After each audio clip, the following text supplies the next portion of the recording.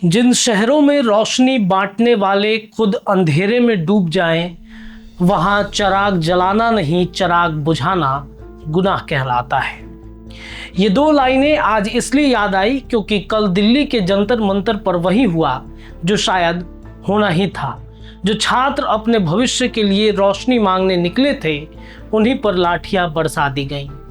मांग सिर्फ एक थी, केंद्रीय शिक्षा मंत्री धर्मेंद्र प्रधान का इस्तीफा।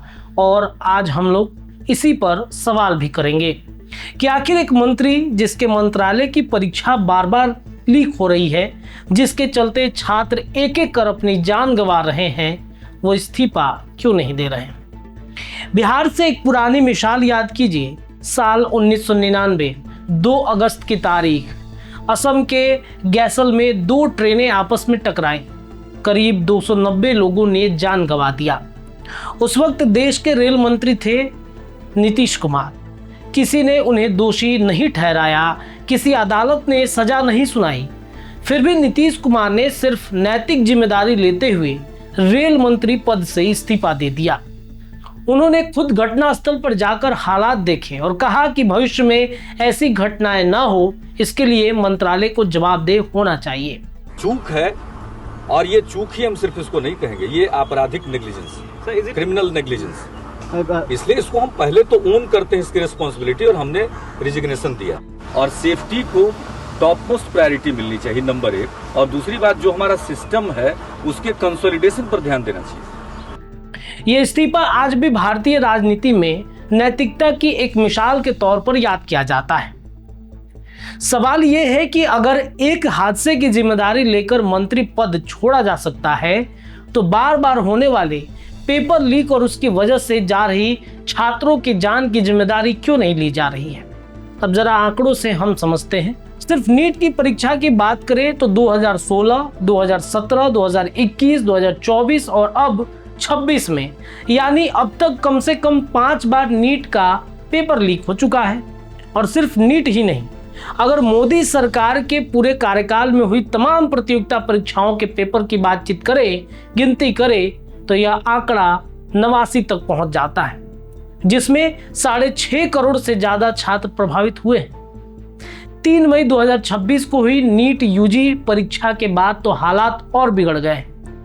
परीक्षा खत्म होते ही सोशल मीडिया पर करीब 410 सवालों वाला एक दस्तावेज वायरल हो गया, जिसमें 120 से 130 सवाल असली पेपर से हूबहू मिलते पाए गए। जांच में लीक की जड़ें नासिक और सीकर तक पहुंची और आखिरकार परीक्षा एजेंसी को अपने 8 साल के इतिहास में पहली बार परीक्षा रद्द करनी पड़ी।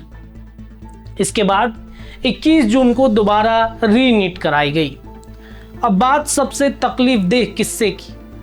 इस पूरे तनाव, अनिश्चितता और बार बार की परीक्षा दबाव में अब तक कम से कम 19 छात्रों की जान जा चुकी है। ज्यादातर मामलों में मानसिक तनाव के चलते आत्महत्या है। हाल ही में तमिलनाडु के एक छात्र वेत्रियानम ने भी यही कदम उठाया, जो पिछले 3 साल से नीट की तैयारी कर रहा था और इस बार भी फेल होने के डर से जूझ रहा था।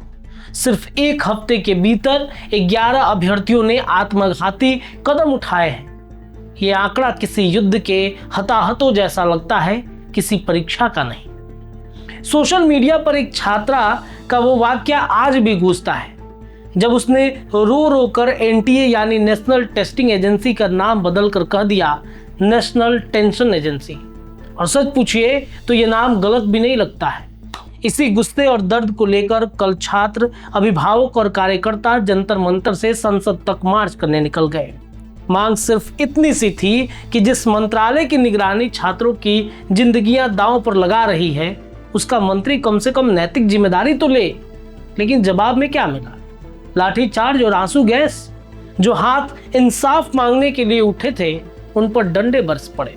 यह सिर्फ एक कानून व्यवस्था का मामला नहीं रहा, इस बात का प्रतीक बन गया कि जब सवाल पूछने वाले सड़क पर उतरते हैं, तो जवाब देने के बजाय उन्हें चुप कराने की कोशिश की जाती है। तो सवाल वही रह जाता है जिससे हमने शुरुआत की, कि नीतीश कुमार ने बिना किसी की मौत की सीधी जिम्मेदारी लिए भी इस्तीफा दे दिया था, लेकिन धर्मेंद्र प्रधान, जिनके मंत्रालय की परीक्षा एक के बाद एक लीक हो रही है, जिसकी वजह से पीसिया मासूम छात्राएं अपने जान गंवा चुके हैं, वो कुर्सी छोड़ने को तैयार नहीं। शायद हमारी राजनीति में अब नैतिकता किसी शायरी की लाइन जितनी खूबसूरत और उतनी ही दूर की चीज रह गई।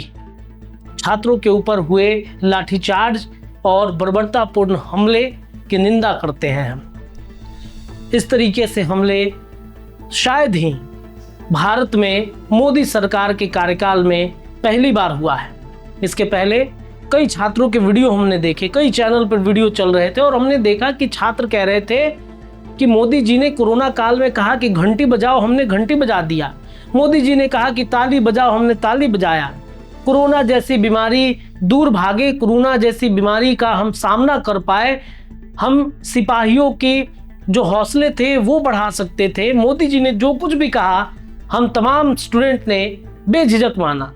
लेकिन एक इस्तीफा और बार बार परीक्षा लीक की जो बात होती है, तो मोदी जी को अपने मंत्रालय पर ध्यान क्यों नहीं देना चाहिए, अपने मंत्रियों पर ध्यान क्यों नहीं देना चाहिए, इस्तीफा क्यों नहीं लेना चाहिए?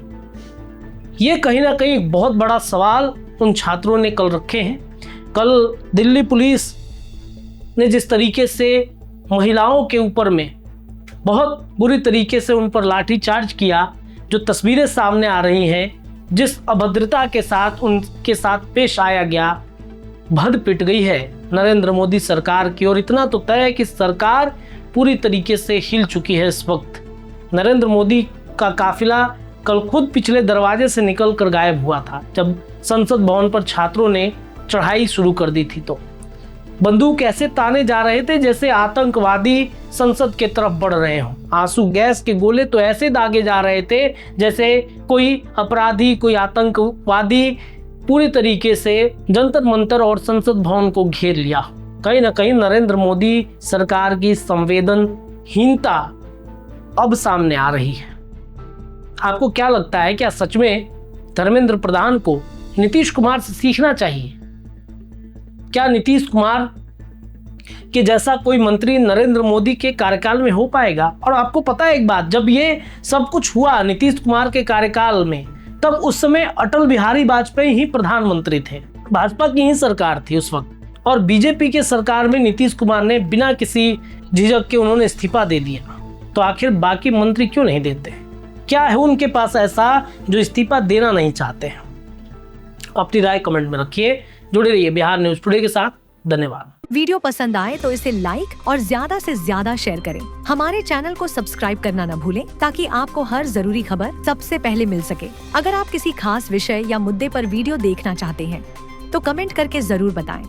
आपकी राय हमारे लिए बेहद अहम है।